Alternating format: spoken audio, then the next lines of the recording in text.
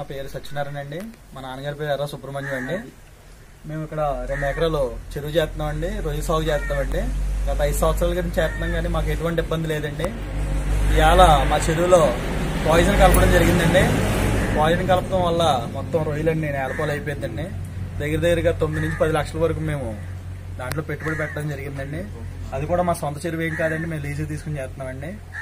ఆ 9 లక్షలు కూడా మా ఇల్లు తాకట్టు పెట్టి మా మమ్మీ మొత్తం గోల్డ్ అంతా పెట్టుకుని మేము చేసామండి. ఇవాళ ఎవరు చేసారేంటో మాకు తెలియలేదండి. మాకు కొంచెం అనుమానం ఉందండి. అనుమానం ఉన్న వాళ్ళ మీద మేము ఫిర్యాదు చేసామండి పెంటపాడు పోలీస్ స్టేషన్ ఎస్ఐ గారికి. ఇవాళ మాకు న్యాయం జరగాలని కోరుకుంటూ ఆ సీని గారిని మేము ప్రార్థిస్తున్నామండి, బుల్షెట్ సీని గారిని, ఎమ్మెల్యే గారిని. మాకు ఏదో న్యాయం జరగాలండి. అసలు ఎవరు ఏం చేశారు అనేది కూడా బయటకు రావాలండి. ఇవాళ ఈ 2 ఎకరాలు జరిగిందంటే పొద్దున్న 10 ఎకరాలకు కూడా జరుగుతాయండి. అలాంటి వాళ్ళు వదిలేస్తే మీరే ఏదో న్యాయం చేసి మమ్మల్ని, మేము రోడ్డు పాలు అయిపోయామండి. మా నాన్నగారు కూడా పరిస్థితి ఏం బాగాలేదండి. మా నాన్నగారు కూడా నిన్న పురుగుమంత తాగడానికి కూడా ప్రయత్నించారండి. వాళ్ళని తీసుకుని జాగ్రత్త పెట్టుకున్నానండి. ఇప్పుడు కూడా బయటకి ఎక్కడికి వెళ్ళిపోయారండి. ఆయన తీసుకుని రావాలండి మేము వెళ్ళి.